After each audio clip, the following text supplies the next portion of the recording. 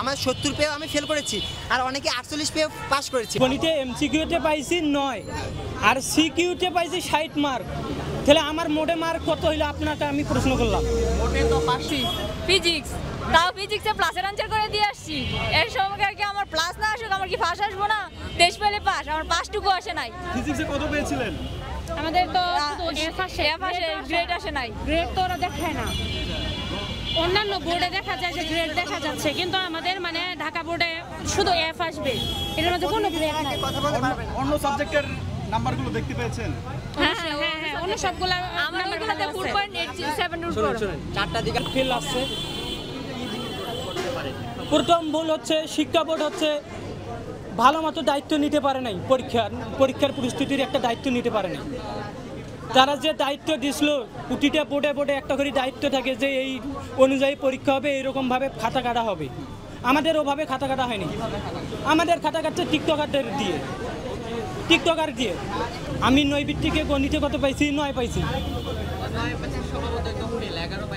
হ্যাঁ আমি ফেল,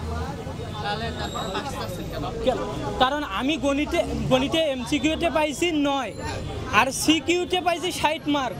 তাহলে আমার মোটে মার্ক কত হইলো আপনাকে আমি প্রশ্ন করলাম। মোটে তো পাস না। মোটে পাস কেন হবে না? 33-এ যদি আপনারা যখন পরীক্ষা দিয়েছেন কতই পাস ছিল? নির্দেশনা ছিল, আমাদের সময় নির্দেশনা ছিল। তাই এটা নির্দেশনা তো ভুল, এই জন্য তো আমাদের দাবি নিয়ে আসছি। আমরা শিক্ষা ব্যবস্থা ভালোর পথে নিয়ে যাই, এগিয়ে নেওয়ার জন্য এই আন্দোলন করতেছি। শিক্ষা ব্যবস্থা টিকটকার বলতে সবাই ইতিমধ্যে উপস্থাপন করেছে যে টিকটকাররা খাতা মূল্যায়ন করার কারণে আমরা ফেল করেছি অনেকে।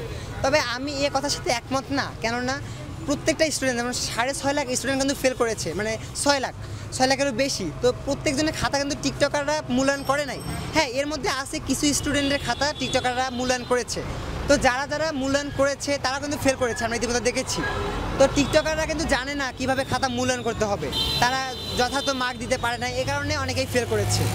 তো আমাদের এবছরে যে শিক্ষা মন্ত্রণালয় নির্দেশ দিয়েছে যে আমাদের এবছরে গ্রেস মার্ক দেওয়া হবে না, তো এ কথা যদি আমাদের 1 বছর পূর্বেই জানিয়ে দেওয়া হতো তাহলে কিন্তু আমরা যারা 25-এর শিক্ষার্থী আছি তারা কিন্তু ভালোভাবে প্রিপেয়ার্ড হলো পরীক্ষার ক্ষেত্রে। তো তারা পরবর্তীতে এই নির্দেশনা দেয় যে আমরা পরীক্ষার মধ্যে এবার অনেক হার্ড করে নেওয়া হবে, পরীক্ষার খাতায় একটু কঠোরভাবে কাটানো হবে। তো এগুলো পরবর্তীতে জানিয়েছেন, এগুলো আগে জানালে ভালো হতো। তো আমরা মনে করি যে টিকটকার যে খাতাটার বিষয়টা, এটা প্রত্যেকজন শিক্ষার্থীর খাতা টিকটকাররা মূল্যায়ন করে নাই, তবে যাদেরটাই মূল্যায়ন করেছে সঠিকভাবে কিন্তু মূল্যায়ন করতে পারে নাই, এই কারণে তারা ফেল এসেছে। এখন আপনাদের পারিবারিক অবস্থা কেমন? এখন ভাই কি বলবো, আমরা অনেক A+-এর স্টুডেন্ট। আমি বললাম যে আমি পার্সোনালি আমার ক্ষেত্রে বলি, আমি কিন্তু কেমিস্ট্রিতে 2 মার্কের জন্য ফেল করেছি, 2 মার্কের জন্য ফেল করেছি, সরি 1 মার্কের জন্য ফেল করেছি।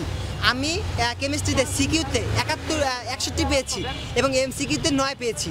তো আমার 70 মার্ক হয়েছে অলরেডি, 1 মার্কের জন্য আমি ফেল করেছি। আমার 70 পেয়েও আমি ফেল করেছি, আর অনেকে 48 পেয়েও পাস করেছে। এর যৌক্তিকতা কি? আমি কিন্তু বৈষম্য শিকার, শুধু আমি না, 6 লক্ষ স্টুডেন্টের মধ্যে অনেকেই বৈষম্য শিকার। তো পরিবারের কাছে আমরা মুখ দেখাতে পারছি না, সমাজের কাছে মুখ দেখাতে পারছি না। আমরা এই আন্দোলনে এসেছি কারণ আমরা একটা সুযোগ চাই শিক্ষা মন্ত্রণালয়ের কাছে।